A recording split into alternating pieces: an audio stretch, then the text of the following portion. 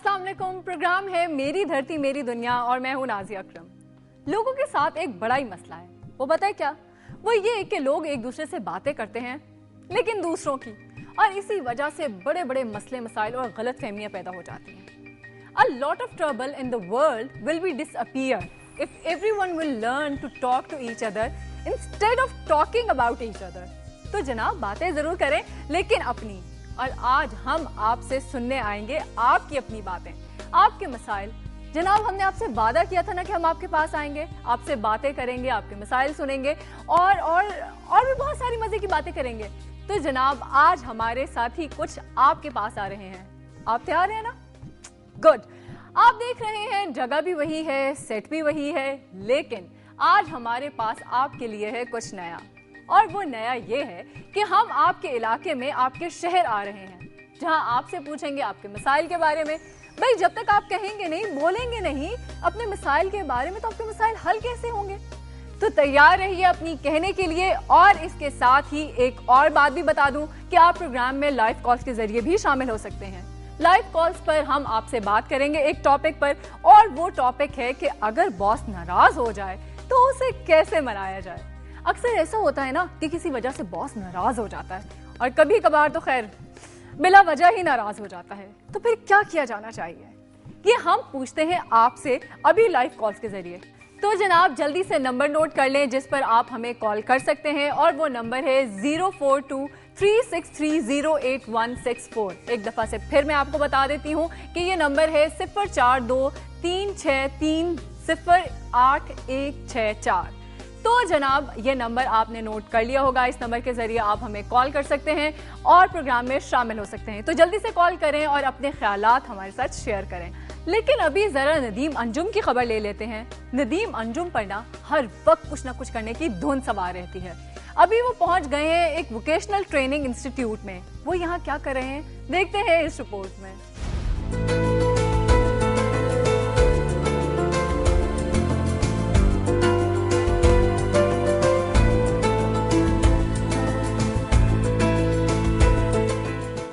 पाकिस्तान 18 करोड़ नफूस पर मुश्तमिल तरक्की पजीर मुल्क है, जहां आबादी में बेमुहाबा इजाफे से पैदा होने वाले मसाइल में सबसे गंभीर मसला गुर्बत और बेरोजगारी है। 2009-2010 के एक सर्वे के मुताबिक पाकिस्तान में 20 से 24 साल के नौजवानों की तादाद 17.22 मिलियन है, जबकि 25 से 29 साल के 14.81 मिलियन नौजवान हैं। इन्हें रोजगार के मौके मुयस्सर नहीं। पंजाब वोकेशनल ट्रेनिंग काउंसिल 1998 में इस्टेब्लिश किया गया था, और इसके इस्टेब्लिश करने का एक मकसद सिर्फ ये था कि उन बच्चों को जो कि अफोर्ड नहीं कर पाते अपनी फ़ीस, उनको वोकेशनल ट्रेनिंग सिखाई जाए, ताकि वोकेशनल ट्रेनिंग कोर्सेज करने के बाद या तो उनको जॉब मिल सके या कि वो अपना बिजनेस खुद स्टार्ट कर सकें और यंग एंटरप्रेन्योर्स बन सकें। गुर्बत और बेरोजगारी के बायस ये नौजवान जराइम की तरफ रागिब हो रहे हैं। अपने मुस्तकबिल से मायूस पाकिस्तान की इस अहम तरीन अफरादी कुव्वत को इस्तेमाल करके न सिर्फ इन नौजवानों का मयार जिंदगी बुलंद किया जा सकता है, बल्कि इन्हें मायूसी के अंधेरों से भी निकाला जा सकता है, और ये नौजवान मुल्क की इक्तिसादी तरक्की में भी मुआविन साबित हो सकते हैं। इस ज़िमन में फनी तरबियत के इदारों का किरदार बहुत अहम है। पंजाब के मुख्तलिफ शहरों में फनी तरबियत के ये इदारे नौजवानों को तरबियत दे रहे हैं। पंजाब में जितने भी इदारे वोकेशनल ट्रेनिंग करा रहे हैं, जिसमें हम लोग हैं, जिसमें गवर्नमेंट का टेफ्टा का इदारा है, जिसमें प्राइवेट एंटरप्रेन्योर्स थोड़े बहुत हैं, जिसमें कुछ NGOs हैं, तो मिल मिला के साल के तकरीबन 1,05,000-7,000 बच्चों को ट्रेन किया जाता है। फनी तरबियत के इन इदारों में नौजवानों को auto mechanic, electrician, mechanical, industrial, computer, health care समेत मुख्तलिफ शोबों में तरबियत दी जाती है। बेसिकली देखा जाए तो माइक्रोसॉफ्ट के कंप्यूटर्स में माइक्रोसॉफ्ट के प्रोग्राम्स हैं, ऑरिकल के थिंकवेस्ट के साथ हम काम कर रहे हैं। इसके बाद हम कंप्यूटर नेटवर्किंग में बच्चों को कराते हैं। अभी हमने रिसेंटली वेब ग्राफिक डिज़ाइनिंग का कोर्स शुरू किया है, तो इसमें मेल्स फीमेल्स काफ़ी आते हैं। इसके अलावा जो फीमेल्स के लिए है उनके लिए स्टिचिंग है, उनके लिए एम्ब्रॉयडरी है, उनके लिए लेदर गारमेंट्स की है, इंडस्ट्रियल स्टिचिंग है, उसमें ब्यूटिशियन के कोर्सेज करवाए जाते हैं, क्लिनिकल असिस्टेंस के कोर्सेज करवाए जाते हैं। नौजवान इस तरबियत के बाद माशरे के फाल और कारामद रुकन बनकर काबिल फख्र अंदाज में रोजगार कमा सकते हैं। मैं इधर ऑटो मैकेनिक का डिप्लोमा करने आया हूँ, तो मुझे 6 माह हो गए इधर आए को, और मैंने काफ़ी कुछ इधर से सीखा है, और अगले 6 माह में इंशाल्लाह ताला मैं पूरा कारीगर बन सकता हूँ और किसी भी वर्कशॉप में जाकर मुझे आराम से जॉब मिल सकती है। फ्यूचर में मैं इंशाल्लाह अगर मैंने ये कोर्स अच्छा इंशाल्लाह इसको इम्प्रूव किया तो मैं इसमें या बिज़नेस करूँगी या ऐसा जॉब के लिए भी हमें ऑफ़र हो यहाँ से कि हमें जॉब भी देंगे। इन वोकेशनल ट्रेनिंग इंस्टीट्यूट्स में लड़के और लड़कियां फन्नी तरबियत के मराहिल मुकम्मल करके न सिर्फ इंडस्ट्री में बेहतरीन कारकर्दगी का मुजाहरा कर रहे हैं, बल्कि इंडस्ट्री को भी तरबियत याफ्ता कारकुनों की तलाश में मुश्किलात का सामना नहीं करना पड़ता। इस काम में मैंने अपना फ्यूचर देखा है कि बहुत मेरा फ्यूचर ब्राइट है, और इस कंपनी में मुझे बहुत कुछ सीखने को मिला है।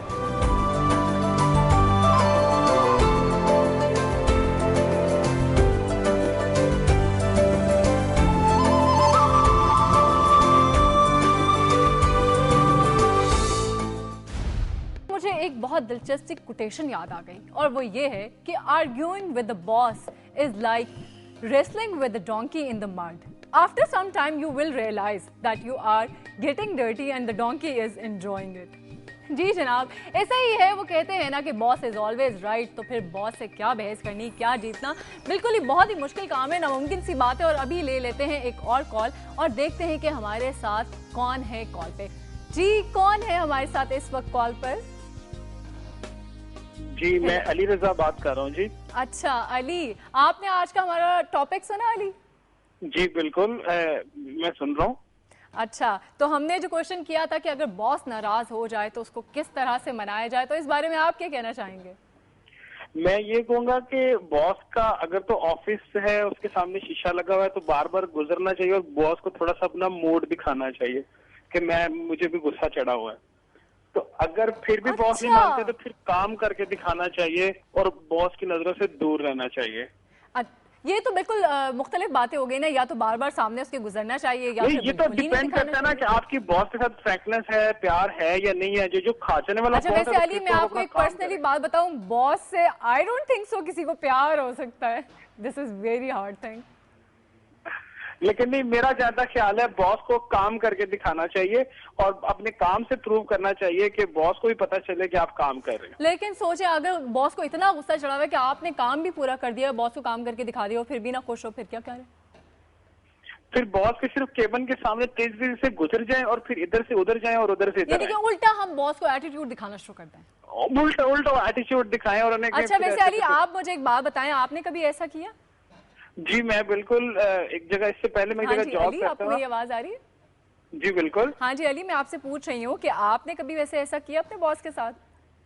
हाँ, मैं जाता था, मैं कुछ टॉफियां जाके बॉस की ना टेबल पे रख देता था। अच्छा, तो उससे बॉस मान जाते थे? हाँ, बॉस से फिर मैं बात नहीं करता था, बस चुपके से जाता था, कुछ टॉफियां रख के और मैं वापस आ जाता था और बॉस को पता चल जाता था कि तो मुझे वैसे लग रहा है आपके बॉस कोई बहुत ही छोटी उम्र के टॉफियों से मान जाते हैं। बहुत बहुत शुक्रिया अली आपका हमें कॉल करने का।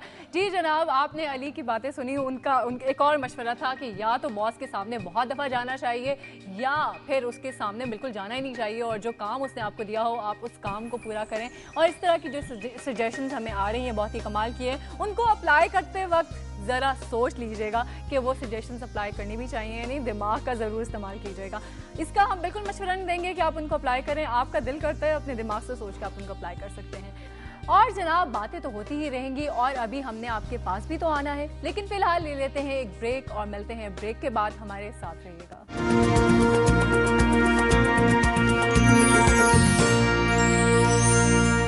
वेलकम बैक जनाब। जैसा कि प्रोग्राम के शुरू में आपको बताया था कि आज हम आपके पास आएंगे और जानेंगे आपके मसले मसाइल के बारे में, तो जनाब हम आपसे चंद ही लम्हों के फासले पर हैं और कुछ ही देर में आपके दरमियान में मौजूद होंगे। और ये भी बता दूं कि इसके साथ साथ ही लाइव कॉल्स का सिलसिला भी चलता रहेगा। आप हमसे बात कर सकते हैं इस नंबर पर 0423630864। और अभी हम देखते हैं कि हमारे साथ लाइन पर कौन और कहाँ से मौजूद है। हेलो जी, अस्सलाम वालेकुम। वालेकुम सलाम जी, कौन हमारे साथ और कहाँ से हैं? जी मैं इकराम हूँ और सरगोदा से बोल रहा हूँ। जी। देखें जी, ये जो बॉस को राजी करने का तरीका आप तो पूछ रहे हैं, मेरा ख्याल है कि बॉस को राजी करने से पहले जरूरी है कि उसे नाराज ही ना किया जाए। बॉस की हर बात मानी जाए, हाँ वो कितनी ही गलत क्यों ना कह रहा हो। अच्छा, लेकिन मेरा जहाँ तक ख्याल है ये वैसे काफी मुश्किल सी बात है कि बॉस नाराज ही ना हो कभी, वैसे ऐसा हो नहीं सकता। बात तो आपकी ठीक है कि बॉस ही क्या जो नाराज ना हो, लेकिन आमतौर पर बॉस जो है वो किसी ऐसी बात पे नाराज हो जाता है जिसकी आपको भी समझ नहीं आती। तो इस वजह से बेहतर यही होता है कि आप उसकी नाराजगी को नजरअंदाज कर दें, बस थोड़ी देर के लिए आगे पीछे हो जाएं, बाद में खुद ही मामला ठंडा हो जाएगा। अच्छा, यानी कि बस वही मतलब ये मुझे दूसरा मशवरा ये आया है कि बस बॉस को इग्नोर किया जाए, ज्यादा उसकी नाराजगी का नोटिस ना लिया जाए। ज्यादा देर इग्नोर ना करें, ये भी खतरनाक हो सकता है। बस ये अच्छा, आप मुझे ये बताएं, कभी आपने ऐसा किया अगर आपका बॉस आपसे नाराज हुआ हो तो क्या आप इसी तरह से आगे पीछे हो जाते हैं, मामला रफा दफा कर देते हैं? देखिए जी, मेरा बॉस जब नाराज होते हैं तो मैं आमतौर पे उनके कमरे से निकल जाता हूँ और निकल के फिर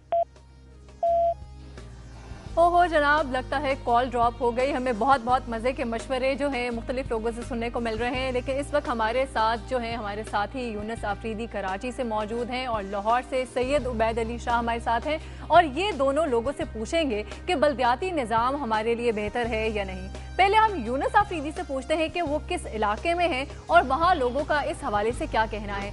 जी यूनुस आफरीदी। जी नाजिया, आपकी बात मैंने सुनी। मैं इस वक्त मौजूद हूँ कराची जमशेद टाउन के इलाके में। यहाँ पर हम लोगों से बात करते हैं बल्दियाती निज़ाम के हवाले से कि वो लोगों के लिए, शहरों के लिए ज़रूरी है, होना चाहिए, नहीं होना चाहिए। पूछते हैं लोगों की राय, आइए। अस्सलाम वालेकुम। ये बताइए, हम बात कर रहे हैं कि जो बल्दियाती निज़ाम है ये आप समझते हैं कि ये होना चाहिए? जो अभी जो सिस्टम लेके आया जा रहा है कमिश्नरी निज़ाम, वो तो सरासर ज़्यादती है, क्योंकि हमने पिछले कई सालों में जो कमिश्नरी निज़ाम जो देखा हमने, उसमें तो हमने कोई तरक्की देखी नहीं। कम से कम अपने शहर की बात कर लेंगे जहाँ मैं रहता हूँ, उस शहर में तो कोई तरक्की देखी नहीं। अलबत्ता जो पिछले 6-7 साल 8 साल जो निज़ामत का निज़ाम रहा है, उस निज़ाम में तो हमने देखा कि काफ़ी तरक्की हुई शहर की, और सिर्फ रोडों की नहीं, उसके रोडों के नीचे पानी की लाइन, सेवरेज की लाइन और दीगर कामों में भी हमने काफ़ी तरक्की देखी। और हमारे जो अपने छोटे छोटे मसाइल थे वो उस निज़ाम में काफ़ी हल हुए। उसकी वजह ये कि पहले जो काउंसलर होता था वो एक काउंसलर को ढूंढने में, पूरा इलाका ढूंढने में उसको हमारा पूरा दिन निकल जाता था। अब कम से कम ये होता था कि 5-6 काउंसलर होते थे हमारे यूसी में, तो कोई ना कोई काउंसलर हमें अपने घर के किसी काम के लिए ज़रूर मिल जाता था। आपका मकसद ये कि जो मकामी हुकूमतों का कॉन्सेप्ट आया था वो दुरुस्त था, वो बेहतर था, वो बेहतर निज़ाम था। उसमें ज़्यादा और कोई तब्दीली अगर करके उसको मजीद बेहतर कर दिया जाता तो ज़्यादा बेहतर था, बजाय इसके कि वो जो हमारा पुराना निज़ाम था वो लेके आगे जिससे डसे हुए हम, मतलब उससे हमें कोई तरक्की नज़र नहीं आई। उसमें सिचुएशन ये है कि बल्दियाती निज़ाम अब नहीं है, तो होने चाहिए इंतखाबात। बल्दियाती निज़ाम क्यों ज़रूरी है? बिल्कुल होने चाहिए। ग्रास रूट पे आवाम की सारे काम होते हैं। हमें माजी 1979 के अंदर कमिश्नरी निज़ाम लगा था, हमें आगे सोचना चाहिए, इस निज़ाम को अच्छे से अच्छा बनाना चाहिए। हम वही उल्टी गंगा बहा रहे हैं, पीछे तरफ जा रहे हैं। आवाम को इस निज़ाम से कोई फ़ायदा तो नहीं होगा। आवाम से एक जिस बंदे का गटर उबल रहा है वो कहाँ जाएगा? मजिस्ट्रेट के पास जाएगा या एक काउंसलर को पकड़ता फिरेगा? वो काउंसलर कितने लोगों के काम करवाएगा? तो हमें तो इस बल्दियाती निज़ाम को अच्छे से अच्छा करना चाहिए ना। हमें तो पीछे की तरफ जा रहे हैं, हम तो उल्टी गंगा बहा रहे हैं। बल्दियाती निज़ाम में ये था 225 यूसीज थे पूरी कराची शहर में, अब उसको मजिस्ट्रेट निज़ाम पर लाकर 5 ZMC बना दी जाएंगी, तो अवाम कहां से पहुंचेगा मजिस्ट्रेट के पास? आप सोचें ठंडे दिल से, एक गरीब आदमी अगर 5 ZMC बनाएंगे, इतना बड़ा कराची है, वहां तक कैसे जाएगा? कैसे मसले हल होंगे? यूसी नाजिम होता था, आवाम फौरन पहुंच जाती थी, मेरा ये मसला है। खाली गटर, लाइट्स, सेवरेज, सब मसले थे और घरेलू मसले भी थे। अब ये छोटे छोटे मसले के लिए आवाम कैसे जाएगी वहाँ?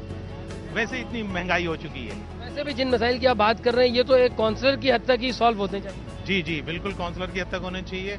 और बल्दियाती इलेक्शन है उसका मसले का हल, मगर मजिस्ट्रेट निज़ाम इस मसाइल का हल नहीं है।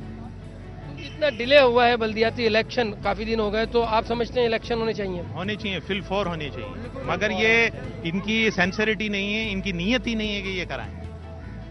असल मसला ये आज कमिश्नरी निज़ाम की फेवर करने वाले लोग कल तक बल्दियाती निज़ाम का हिस्सा रहे। आज जमात इस्लामी जिस तरीके से कमिश्नरी निज़ाम के हक में है, मुस्लिम लीग नून नवाज शरीफ वाले कमिश्नरी निज़ाम के हक में है, वो तमाम लोग जो है नाज़मीन रह चुके हैं। इस शहर के अंदर, कराची के अंदर और मुख्तलिफ सूबों के अंदर जो है अपना किरदार अदा करते रहें। अगर कल तक ये कमिश्नरी निज़ाम बेहतर था तो इन्हें बल्दियाती निज़ाम में आने की ज़रूरत ही नहीं थी। इसका मतलब आप क्या समझते हैं, फ़ायदा क्या है बल्दियाती निज़ाम के फ़वाइद? निज़ाम के फ़वाइद बहुत से हैं। जिस तरह हमारा शहर कराची से हम ताल्लुक़ रखते हैं तो कराची के अंदर तमाम जितने तरक्याती काम हुए वो सबके सामने हैं। आज किसी को बताने की ज़रूरत नहीं है कि कल तक कराची गंदगी का ढेर बना हुआ था, जगह जगह कूड़े करकट के ढेर लगे हुए थे, रोशनियों का शहर कहलाया जाता था, लेकिन वो सब चीज़ें तबाह कर दी गई थी। अब ऐसा नहीं है। अब ऐसा नहीं है। कमिश्नर को तो ढूंढ ही नहीं सकते ना हम। कमिश्नर का तो हमें ये नहीं पता होगा किस जगह उनकी रहायश है, हमारे इलाके से ताल्लुक़ नहीं रखते होंगे वो। ये देखिए ना, एक बेवा है, वो उसके घर का गटर भर गया है, यूनियन काउंसिल पास है, काउंसलर्स इलाके के अंदर मौजूद है, तो वो किसी को भी बोल के या यूनियन काउंसिल में आकर वो अपना मसला का हल कर लेते थे। या एक घर के आगे का गटर टूट गया है, उसमें 2-4 हज़ार रुपये में वो बनना है, वो यूनियन काउंसिल में आके किसी काउंसलर्स को, नाजिम को या सेक्रेटरी को आके कंप्लेन लिखवा के और वो यूनियन काउंसिल बना देती थी। अब मुझे ये बताइए, एक गटर अगर टूट जाएगा तो वो कहाँ जाएंगे बनवाने, किधर जाएगी वो बेवा, किस तरह, कौन से धक्के खाएगी। इसी तरीके से क्योंकि यूरोप या पूरी दुनिया में टाउन सिस्टम और यूनियन काउंसिल सिस्टम है जिनके तहत तरक्की हो रही है, और हम उस सेटअप पे आने के बाद और पीछे की तरफ जा रहे हैं। तो मेरा ये सवाल है इन अरबाब इख्तियार से कि आप पाकिस्तान को तरक्की की तरफ लेकर जाने चाह रहे हैं या तंजली की तरफ लेकर जाने चाह रहे हैं? तो ये सवाल है, इसका जवाब देना कि कमिश्नरी निज़ाम आप 1979 से लेकर आपने 2000 तक जो है उसको देखा, उससे क्या रिजल्ट हुआ? एक काउंसलर अगर उसको 4-5 लाख की आबादी पर एक जो हल्का होता था, उसके बाद एक काउंसलर कैसे उसको कंट्रोल करेगा? इसी तरीके से उसके बाद जो फंड है वो कहाँ से आएगा? यूनियन काउंसिल में जाहिर है कि वो कंटीजेंसी आता था, जिसके जरिए गटर के ढक्कन भी लग जाते थे, छोटा मोटा काम भी हो जाता था, कोई लाइट भी सही हो जाती थी, फंड्स थे, डेवलपमेंट फंड थे, जो मामलात होते थे। सबसे बड़ी बात यह है कि ये इन अकल के अंदर को ये चीज़ समझ में नहीं आ रही कि कराची शहर 2 करोड़ की आबादी है और 5 मजिस्ट्रेट ये कराची शहर को किस तरीके से कंट्रोल कर सकते हैं। जब तक एक आदमी के घर में 6-8 अफराद होते हैं, वो एक आदमी अपने घर को सही तरीके से मैनेज नहीं कर सकता, तो ये 2 करोड़ की आबादी को 5 लोग किस तरीके से मैनेज करेंगे? अमन व अमान की जो तमाम चीज़ें और ब्यूरोक्रेसी, एक मजिस्ट्रेट से मिलने के लिए 10 तो उसके साथ गार्ड होते हैं। एक आम आदमी किस तरीके से मजिस्ट्रेट के पास जाके अपने मसाइल का, अपने इलाके का मसला पेश कर सकता है? उससे मिल ही नहीं सकता, वो किसी सूरत में नहीं मिल सकता उससे। उसके 10 लोग नाजिया, आपने देखा कि मैं कराची में मौजूद हूँ, ये मैंने आपको बताया कि जमशेद टाउन का इलाका है। यहाँ हमने लोगों से बात की, बल्दियाती निज़ाम के हवाले से लोगों की बातचीत आपने सुनी। लोगों का कहना ये था कि बल्दियाती निज़ाम जो है वो तरक्की की ज़ामिन है।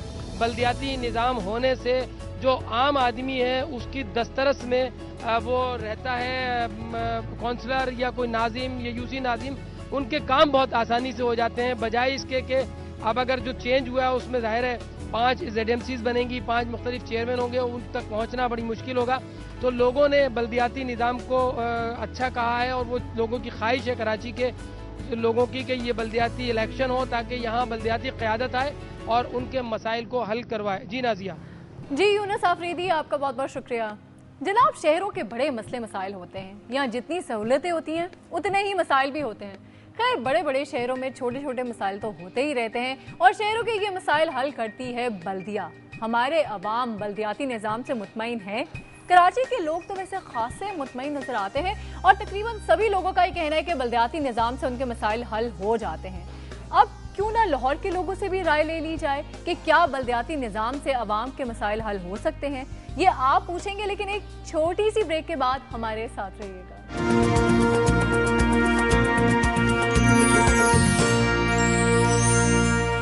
मेरी धरती मेरी दुनिया में वेलकम बैक। जनाब, ब्रेक से पहले आफरीदी जो है वो कराची में लोगों से बल्दियाती निज़ाम के बारे में पूछ रहे थे। अब हम ज़रा लाहौर में भी लोगों से पूछते हैं। लाहौर में मौजूद हैं हमारे साथ सैयद उबैद अली शाह। तो सैयद उबैद अली शाह की तरफ जाने से पहले क्यों ना हम, जो हमारा आज का टॉपिक है कि अगर बॉस नाराज़ हो जाए तो उसको कैसे मनाया जाए, उस पर एक और कॉल ले ली जाए। तो हम बात करते हैं। हेलो जी, अस्सलाम वालेकुम। जी वालेकुम सलाम। जी, कौन बात कर रहे हैं? जी शहराज बोल रहा हूँ। जी शहराज, आप कहाँ से बात कर रहे हैं? जी लाहौर से बोल रहा हूँ, मॉडल टाउन से। जी शहराज, आपने हमारे क्वेश्चन सुना? जी बिल्कुल जी। बॉस को कैसे मनाया जाए अगर वो नाराज हो जाए? हाँ जी, तो आपका क्या कहना है कि एक नाराज बॉस को किस तरह से मनाया जाए? देखिए, पहले तो आपको कोशिश ये करनी चाहिए कि आपके बॉस आपसे नाराज ही ना हो, क्योंकि अगर आपके बॉस नाराज होंगे तो इसका मतलब है कि आपकी जो जॉब है उसकी कोई सिक्योरिटी नहीं है। अच्छा। और अगर इस तरह हो जाता है तो फिर आप मेक श्योर करें कि आपकी बॉस के मिसेस के साथ अच्छे रिलेशन दो, आप उनके घर के काम करते हैं, क्योंकि वो एक इजीएस्ट वे है कि आप उनकी नाराजगी को दूर कर सके और अपनी जॉब को सिक्योर कर सके। अच्छा जी, बहुत बहुत शुक्रिया शहराज, आपने हमें बहुत ही मज़े की सजेशन दी है। जनाब, इस वक्त हमारे साथ जो है सैयद उबैद अली शाह जो हैं वो मौजूद हैं। और उबैद, आपने जो है बात सुनी थी पहले भी आफरीदी की कि उन्होंने कराची के लोगों से पूछा है कि वो बल्दियाती निज़ाम के हवाले से क्या कहते हैं, और मोस्टली आपने सुना होगा कि वहाँ के लोग एग्री हैं कि बल्दियाती निज़ाम होना चाहिए। तो फिर आप ज़रा लाहौर के लोगों से बात कीजिए, उनसे पूछिए कि पता करके बताइए कि वो बल्दियाती निज़ाम के हवाले से क्या कहते हैं, कि बल्दियाती निज़ाम होना चाहिए या नहीं।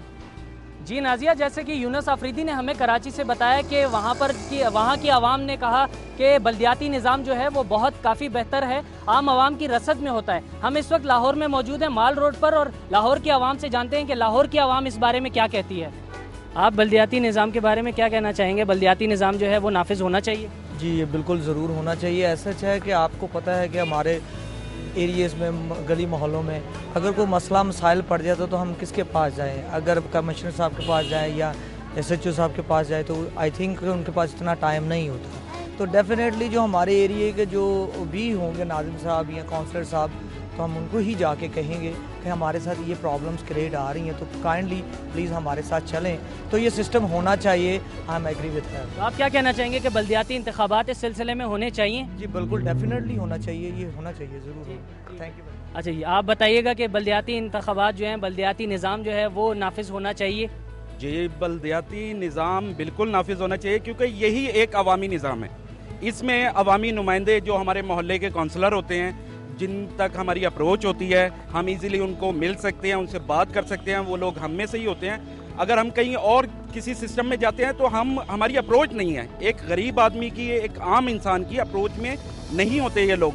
काउंसलर हमारे इलाके का होता है और उससे हम मिल सकते हैं इजीली, हमारा कोई भी मसला हो हमारा सॉल्व हो सकता है। हम अगर डायरेक्ट किसी से मिलना चाहें, किसी भी अथॉरिटी से, तो हमें कभी भी टाइम नहीं मिलेगा, ना वो टाइम दे सकते हैं, बिजी होते हैं, सिक्योरिटी के सिस्टम है, कोई भी नहीं है। एक अवामी आदमी ही ये हमारे मसाइल हल कर सकता है, मेरा ख्याल। ठीक है जी, ठीक है। ये बताइएगा कि बल्दियाती निज़ाम जो है वो नाफिज होना चाहिए?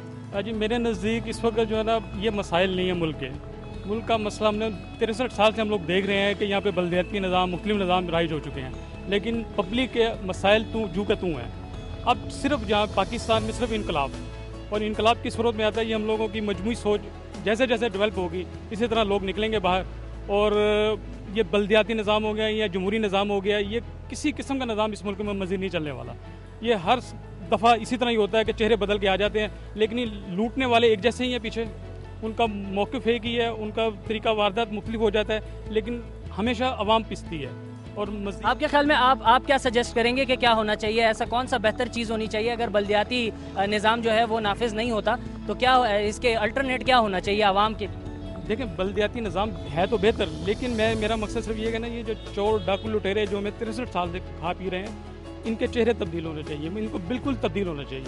नए लोग आने चाहिए, नया इनकलाबी सोच रखने वाले लोग आने चाहिए, यंग जनरेशन में से निकलने चाहिए, जो पब्लिक का एक दूसरे का दर्द एहसास करने वाले हों।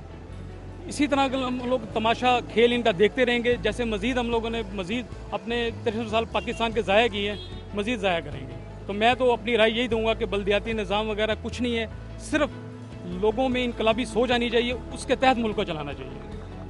जनाब, बल्दियाती निज़ाम के बारे में आप क्या कहते हैं कि ये नाफिज होना, राइज होना चाहिए कि नहीं? होना चाहिए। ये होना इसलिए चाहिए कि हम मोहल्लों में जाके अपने कौंसल से पूछ सकते हैं। अगर हम कमिश्नरी निज़ाम के पीछे जाएंगे ना तो हम उनके पास नहीं पहुंच सकते, क्योंकि उनके पीछे 20-20 गार्ड होते हैं, हम उनको पहुंचे तो जा नहीं सकते उनसे। इसलिए बल्दियाती निज़ाम होना चाहिए। आप क्या कहते हैं कि बल्दियाती इंतखाबात फिर इस सिलसिले में होने चाहिए? बिल्कुल होना चाहिए, और हमारे लिए बेहतर है, हमारे लाहौर के लिए बेहतर है, हमारे पूरे पाकिस्तान के लिए बेहतर है। हम इनके पीछे क्यों जाएं? हमारे मोहल्ले में होना चाहिए, हमारे इलाके के जो है कौंसलर साहब, उनसे हमें मिलना चाहिए जाके। ठीक है, आप क्या कहेंगे जनाब? बल्दियाती इंतखाबात होने चाहिए, बल्दियाती राज जो है वो कायम होना चाहिए? बिल्कुल होना चाहिए, क्योंकि एक कमीशन के पास कौन जाए इतनी दूर मिलने के लिए? आम बंदे से मिलने के पास कोई इतना टाइम, काउंसलर तो ये है कि घर के पास होता है, बंदा दरख्वास्त लेके जा सकते हैं, उसको मिल सकते हैं, उसे अपना काम करवा सकते हैं। मोहल्ले के इतने काम होते हैं, कमिश्नर के पास कौन जाता है? आजकल तो एक ऐसा चीज मिलने के लिए 20-20 गार्ड होते हैं, तो उससे कौन मिलने जाए? ये निज़ाम होना चाहिए, ज़रूर होना चाहिए। अच्छा जी, बल्दियाती इंतखाबात के बारे में नाजिया, लाहौर की आवाम का तो यही कहना है, जैसे कि यूनुस अफरीदी ने भी हमें बताया था, कराची की आवाम यही कहती हैं कि वहाँ पर भी बल्दियाती निज़ाम जो है वो राइज होना चाहिए। लाहौर की आवाम भी यही कहती है कि यहाँ पर भी बल्दियाती इंतखाबात हों ताकि आम आवाम की रसद तक जो है वो ये चीज़ पहुँचे और वो लोग जो है आम आवाम को जो है वो इस चीज़ से रिलीफ मिले। जी नाजिया, बहुत बहुत शुक्रिया उबैद आपका। जनाब, बादशाहों का दौर होता था, उस वक्त बादशाह वक्त खुद लोगों के मसले मसाइल हल करने में दिलचस्पी रखा करते थे।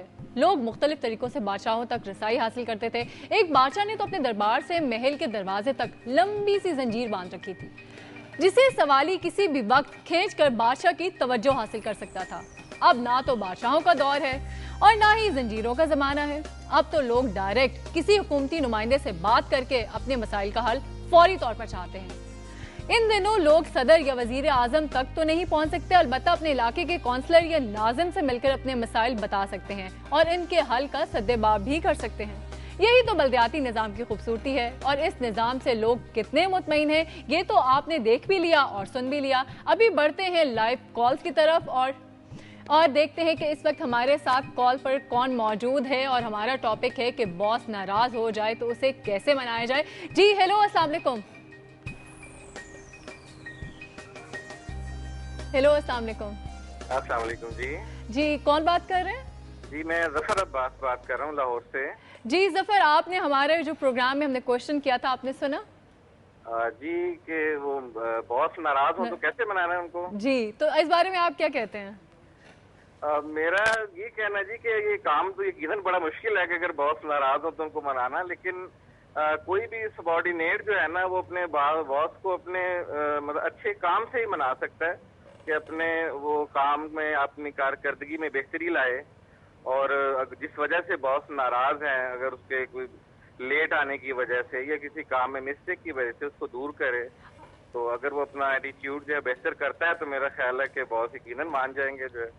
अच्छा, आपके ख्याल में क्या बॉस सिर्फ काम की वजह से नाराज होता है? मतलब बॉस के नाराज होने की कोई और वजह हो ही नहीं सकती?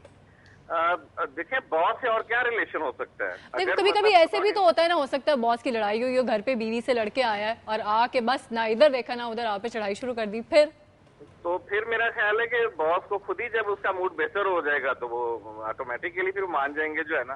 क्योंकि अगर हमारे किसी कसूर की वजह से बॉस नाराज है, हम तो फिर ही मना सकते हैं ना, किसी के कसूर को तो हम नहीं, बात बॉस नाराज है भाई, कसूर आपका है या नहीं, बस अब बॉस नाराज हो गया, बस उसको मनाना है। अब देखिए ना, कुछ लोग इस तरह के भी तो होते हैं कि जरा खुशामद पसंद होते हैं। आपने नहीं की जी, आप सीधा सीधा काम कर रहे हैं और आप बस उनसे कोई उनकी खुशामद नहीं कर रहे, तो वो तब भी नाराज हो जाएंगे, फिर आप क्या करेंगे?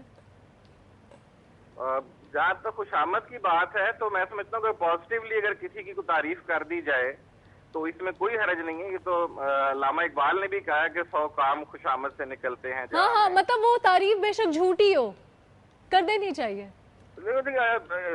यू नो कि बॉस इज ऑलवेज राइट, तो तारीफ तो फिर वो झूठी हो सच्ची हो वो तो फिर करनी पड़ेगी जो है ना।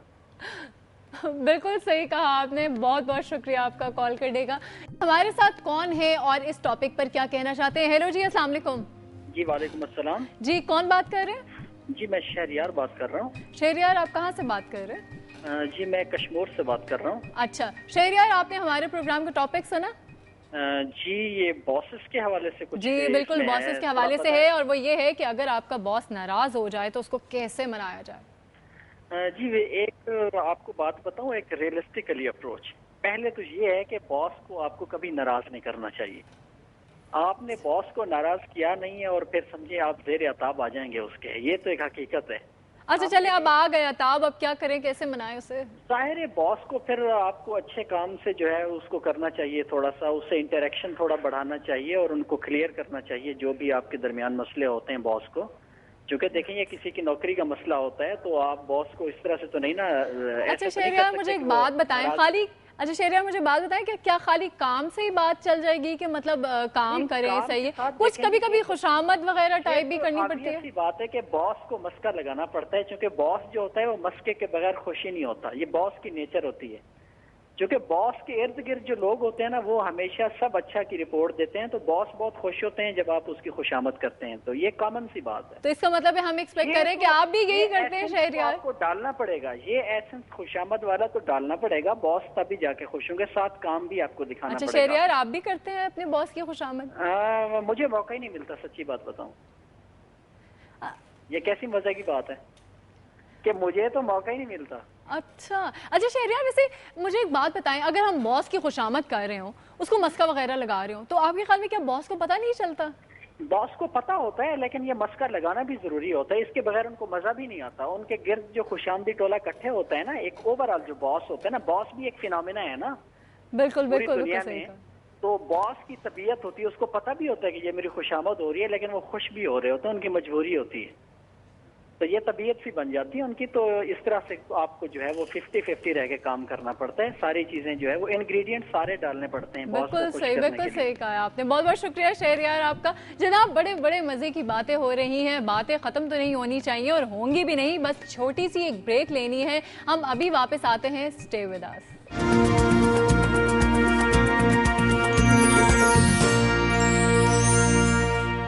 मेरी धरती मेरी दुनिया में वेलकम बैक। जनाब बल्दियाती निज़ाम के हवाले से आपने लोगों की बातें सुनी और उनकी आराय भी जानी और लाइव कॉल्स पर बॉस को मनाने के दिलचस्प तरीके भी सुने। अभी आपको सैर कराते हैं शंदूर मेले की। भाई ये पाकिस्तान का मोस्ट फेमस और मोस्ट फेवरेट फेस्टिवल है और यहाँ की म्यूजिकल नाइट्स की तो फिर बात ही क्या है, तो देखते हैं।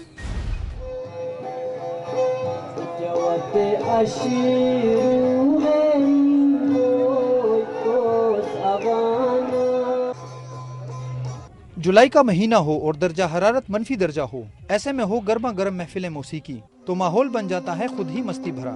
चित्राल और गिलगित बल्तिस्तान की सरहद पर वाक़े हसीन वादी शंदूर की यकबस्ता फिजाओं में जिंदगी की हरारत से भरपूर ऐसी ही रंगारंग म्यूजिकल नाइट का एहतमाम किया गया, जिसके शुरका बर्फीले मौसम में खून गरमाती मधुर मौसीकी पर रक्स करते रहे। गुलकारों ने म्यूजिकल नाइट में रिवायती धुनों पर सकाफती गीत गाकर शुरका को मशहूर कर दिया, जो सुरीली धुनों पर झूमते रहे।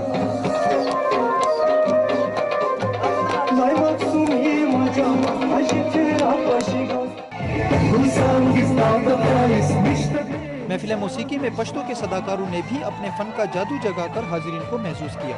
इन गीतों के जरिए खैबर पख्तूनख्वा के कल्चर को उजागर किया गया। पश्तो की मधुर लय पर मुल्क के मुख्तलिफ हिस्सों से आए सयाह अपने जज्बात पर काबू न रख सके।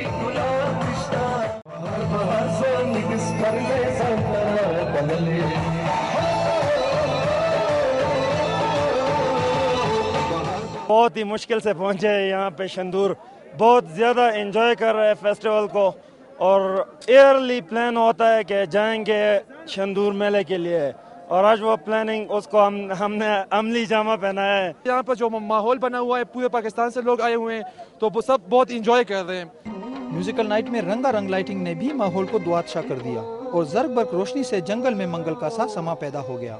दुनिया के सरतरीन मकाम पर सजाई गई महफिल मौसीकी से जहाँ मुल्क भर के सयाह महजूज हुए, तो वहीं इस तकरीब की रंगीनों ने भी माहौल को गरमा दिया। शुरुका की मजीद दिलचस्पी के लिए मकामी दस्तकारी से मुज़य्यन कैलाशी लिबास, हैंडीक्राफ्ट्स और चतराली पेंटिंग के स्टॉल्स भी लगाए गए, जबकि खड्डी पर तैयार किए गए मर्दाना शॉल का स्टॉल भी सकाफती बाजार में लोगों की तवज्जो का मरकज बना रहा। दुनिया के ऊंचे तरीन मैदान में मौसम की शिद्दत से बचने के लिए शमसी निजाम से पानी गर्म करके लोगों को मुहैया किया जाता रहा, जो किसी गनीमत से कम न था। मस्ती भरी म्यूजिकल नाइट के इख्तिताम पर शानदार आतिशबाजी का मुजाहिरा किया गया, जिसने अंधेरी रात में कोसे कज़ा के रंग भर दिए। कैमरामैन रिजवान अहमद के साथ सफीरुल्लाह, दुनिया न्यूज़, वादी शंदूर। जी जनाब, कैसी लगी म्यूजिकल नाइट्स? उम्मीद है आपने एंजॉय किया होगा। चलें अब कुछ बात करते हैं अपने आज के लाइव कॉल्स के टॉपिक पर। तो जनाब, अगर बॉस नाराज हो जाए तो कैसे मनाया जाए? भाई अपना तो ख्याल है कि a good boss is a person who can tolerate my complaints and still manage to say hello to me every day. लेकिन ये दीवाने का ख्वाब ही हो सकता है, हकीकत नहीं। खैर ये तो मेरी अपनी राय थी। अभी लेते हैं लाइव कॉल और जानते हैं कि आपकी राय क्या है और देखते हैं इस वक्त कौन है हमारे साथ। हेलो हेलो, अस्सलाम वालेकुम जी। वालेकुम अस्सलाम, कैसी हैं जी आप? मैं बिल्कुल ठीक ठाक। कौन बात कर रही हैं? जी मैं आपदा जावेद बात कर रही हूँ। जी आपदा, आपने हमारा आज का टॉपिक तो सुन ही लिया होगा। जी हाँ बिल्कुल सुन। जी आपदा, आप क्या कहती हैं, बॉस अगर नाराज हो जाए तो फिर नाराज बॉस को कैसे मनाया जाए? हाँ जी, पहले तो ये है कि हमें तो कोई गलती नहीं करनी चाहिए। जाहिर है कोई ऐसा काम नहीं करना चाहिए जिससे वो नाराज हो हमसे ना। लेकिन आप तो देखिए ना, हम इंसान हैं, इंसानों से गलतियां हो जाती हैं और कभी कभी बॉस बगैर गलती के भी नाराज हो जाते हैं। बगैर गलती के भी अक्सर घर से जब आते हैं तो नाराज होते हैं बॉस। हाँ जी बिल्कुल, हाँ जी बिल्कुल, घर से ही मूड खराब आता है। फिर हाँ, तो फिर क्या किया जाए? उसके लिए ये है कि अगर पहले जाके मूड देखे उनका मूड कैसा है ना, अगर फिर भी बातों से वो नहीं कोई कायल हो रहे, फिर उन्हें छोड़ देना चाहिए तकरीबन 1 घंटे के लिए। मतलब उन्हें छोड़ देना चाहिए, वो घर से नाराज हो के आए सो घर जाके माने। बिल्कुल बिल्कुल, उन्हें 1 घंटे के लिए छोड़ देना। उसके बाद जब आप जाएं दोबारा तो देखिए उनका मूड बिल्कुल सही होगा, और ये मेरा तजुर्बा है। अच्छा, यानी आप भी ऐसे ही करती हैं? वैसे अगर आपका बॉस नाराज हो वजह से या बगैर किसी वजह के, तो आप छोड़ देती हैं उन्हें? हाँ जी बिल्कुल छोड़ देते हैं, खुशामद वगैरह भी कर लेनी चाहिए। अच्छा, लेकिन अगर कहीं ऐसा ना हो जाए आपदा, हम बॉस को 1 घंटे के लिए छोड़ें और बॉस हमें के हमेशा के लिए टाटा बाय बाय? नहीं नहीं, ऐसा कभी नहीं हो सकता। उन्होंने आखिर काम हम लोगों से ही लेना होता है। बिल्कुल सही कहा, ये तो आपने बिल्कुल सही बात कही। काम तो हम लोगों से ही लेना है। बहुत बहुत शुक्रिया आपका।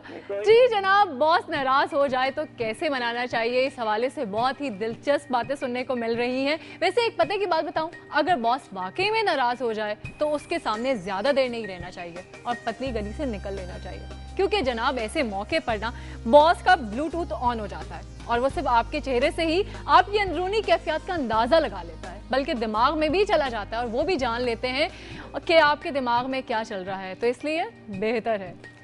जनाब, ये था आज का थोड़ा सा मुख्तलिफ प्रोग्राम। इसमें हमने बात की बल्दियाती निज़ाम के हवाले से और बात की बॉस को मनाने के हवाले से। आपकी बातें सुनकर मुझे तो बहुत अच्छा लगा, आपको कैसा लगा नहीं आप ही बताएंगे ना, और आपको तो बताना ही पड़ेगा क्योंकि ये प्रोग्राम खास तौर पर आप ही के लिए है। हमें आपके फीडबैक का शिद्दत से इंतजार रहेगा। आप अपना फीडबैक ईमेल के जरिए भेज सकते हैं, कॉल्स कर सकते हैं, SMS कर सकते हैं और फेसबुक पर भी अपनी राय दे सकते हैं। इसके साथ ही अब हमें इजाजत दीजिए, फिर हाजिर होंगे धरती के नए रंगों के साथ। तब तक के लिए अल्लाह हाफिज।